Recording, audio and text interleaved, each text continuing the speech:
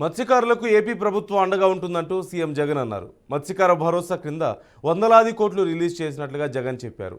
ONGC pipeline కారణంగా జీవనోపాధి కోల్పోయిన మత్స్యకారులను ఆదుకుంటామంటూ తెలిపారు. అలాగే డీజిల్ సబ్సిడీని ₹6 నుంచి ₹9కు పెంచినట్లుగా సీఎం జగన్ వివరించారు. మత్స్యకారులు వేటకు వెళ్ళినప్పుడు వారికి ఏదైనా జరిగితే 10 లక్షల బీమా అందిస్తామంటూ తెలిపారు. ప్రమాదం జరిగిన వెంటనే తక్షణ సాయంగా 5 లక్షలు, 6 నెలల్లో మరో లక్షల సాయం చేసేలా చర్యలు తీసుకుంటున్నట్లుగా జగన్ వివరించారు.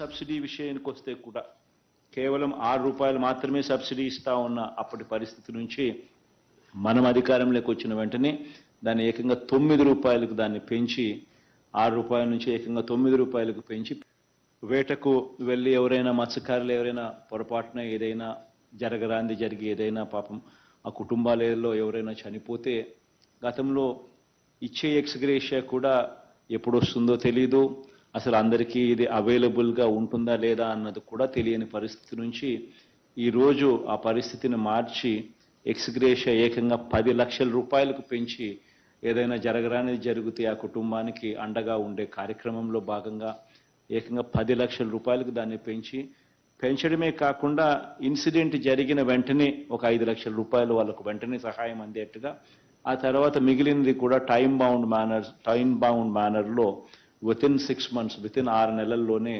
మిగతా డబ్బులు కూడా వాళ్ళందరికీ అందజేసే ఒక గొప్ప సాంప్రదాయం కూడా కొత్త ఒరవడికి కూడా తీసుకురావడం జరిగింది.